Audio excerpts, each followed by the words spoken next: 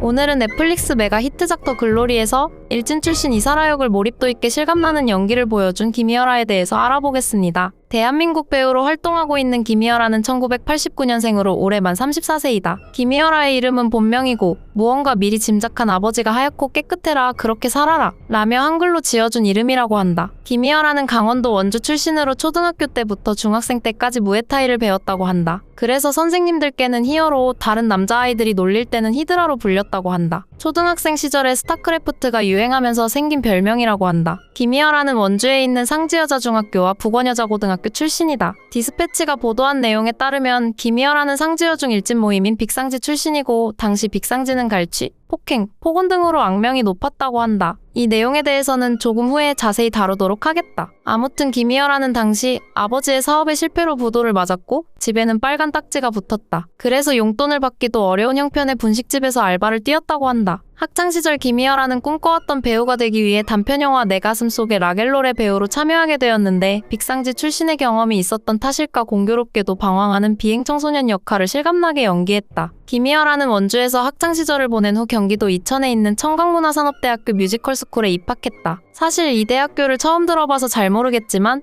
지방에 있는 전문대학교이다. 아무튼 대학에 다니며 연기를 열심히 하는 친구를 따라 인덕대학교에서 주최하는 연극, 뮤지컬 대회에 아무 준비 없이 나갔고 1등을 했다고 한다. 그리고 상금으로 받은 300만 원으로 서울에 있는 연기학원에서 처음으로 연기 레슨을 받았다고 한다. 이후 뮤지컬 배우로 등단하여 앙상블부터 비중 있는 역할을 소화하며 뮤지컬 배우로서 왕성한 활동을 할 수 있었다고 한다. 배움이 더 필요했는지 대학교 졸업 후 서울예술대학교 공연창작과에 재입학한 것으로 알려졌다. 김희열아는 스펙트럼을 넓혀 뮤지컬에서 드라마까지 진출하였다. 2021년 괴물을 시작으로 슬기로운 의사생활 시즌2에 다녀 이상한 변호사 우영우에 특별 출연하며 조금씩 얼굴을 알리기 시작했다. 그러다 넷플릭스에서 제작한 더 글로리가 메가 히트치며 단숨에 스타덤에 오르게 되었다. 김희열아는 더 글로리 오디션 당시 각각의 등장인물의 역할과 배경을 모른 채로 여러 배역의 대사를 받고 연기를 했는데 사라는 아닐 줄 알았다고 한다. 연진이 그나마 자신과 비슷하다고 생각해 더 연습을 했다고 한다. 당시 제작진들이 사라를 연기하는 것 보고 눈빛과 딜리버리 등이 인상적이었고 혹시 대본을 미리 좀 보신 적이 있나요? 라고 물어봤을 정도로 마음에 들어했던 것 같다고 밝혔다. 아마 제작진들도 경험에서 나온 실감나는 연기에 매료된 듯하다. 디스패치는 지난 5월 김희열아의 학폭 사실을 제보받았다고 한다. 폭로자는 상지여중 일진의 욕설을 드라마에서 다시 들을 줄 상상도 못했다며 학폭 의혹을 제기하였는데